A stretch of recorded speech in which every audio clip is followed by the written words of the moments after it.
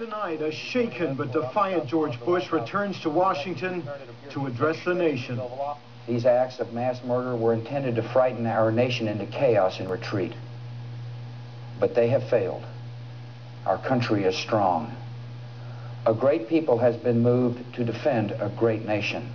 It was nearly 12 hours earlier, 8:55 a.m., when the first plane hits, carving a gaping hole in the first tower of the World Trade Center. The hijackers apparently armed only with knives.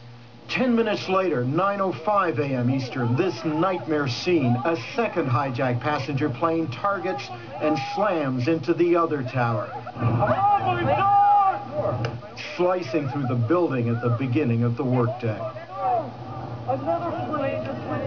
In the streets of New York, pandemonium as thousands, those who still can, scramble to get out, to get away. We heard a big bang, and then we saw smoke coming out, and everybody started running out, and we saw the plane on the other side of the building, and there was smoke everywhere, and people are jumping out the windows. But the terror isn't over.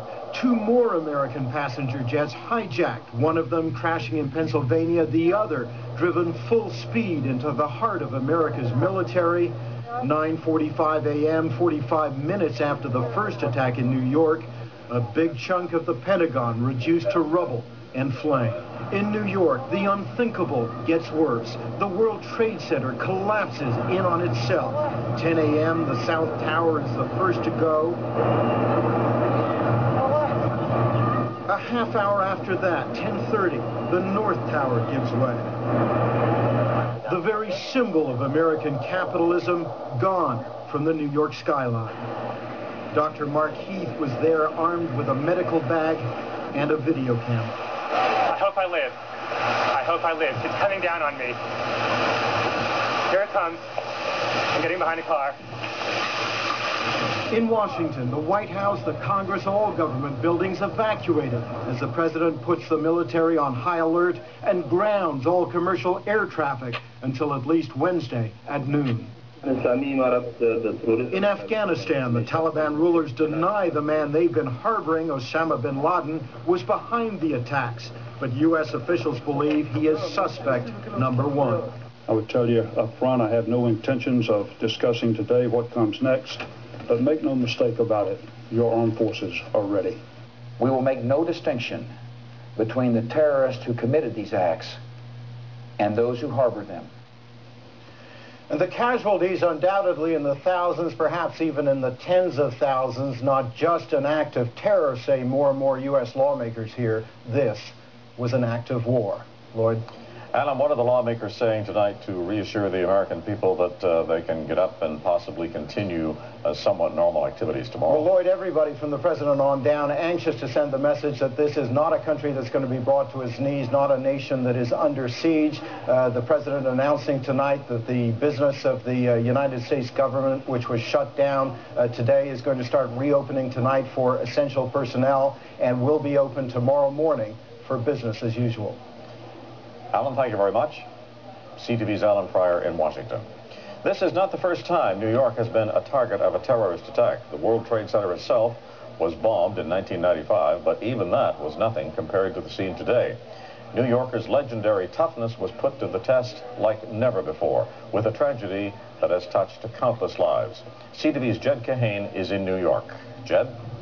Lloyd, tonight rescue crews are battling to get close enough to ground zero to begin the search for survivors and begin the grim task of recovering the dead. It looked like a war zone, and for the people of New York, that's exactly what it was, a city under siege. As the World Trade Center towers crumbled to the ground, terrified crowds tried to scramble to safety. Clip 3. When the towers collapsed, the lucky ones were simply grateful to be alive.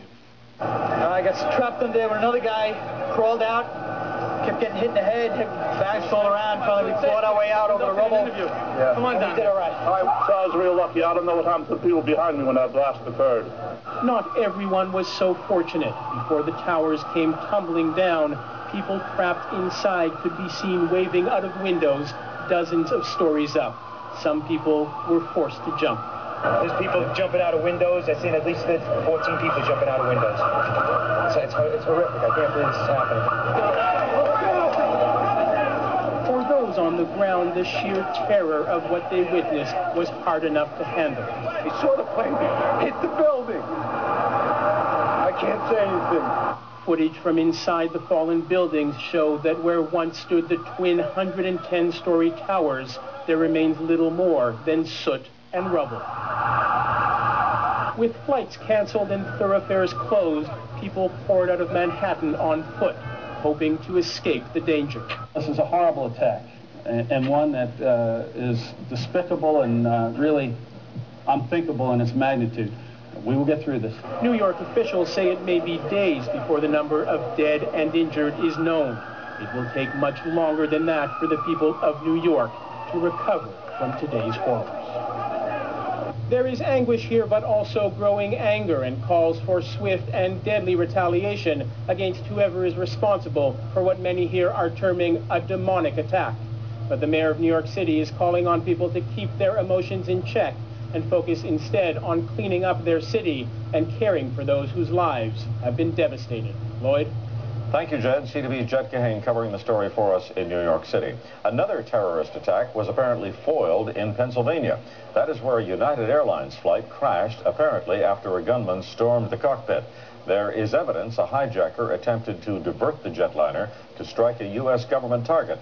But as CTV's Peter Murphy reports, investigators are only beginning to piece together the final minutes aboard United Airlines Flight 93. Peter? Lloyd, it's an eerie scene here tonight in the Pennsylvania countryside as huge lights illuminate the crash scene. When emergency crews first arrived here this morning, what they found was devastation. Debris from Flight 93 smoldered in a meadow 130 kilometers southeast of Pittsburgh. Eyewitnesses said they heard an explosion as the jetliner plummeted from the sky.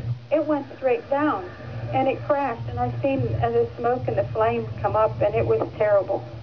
The flight originated in Newark, New Jersey, bound for San Francisco.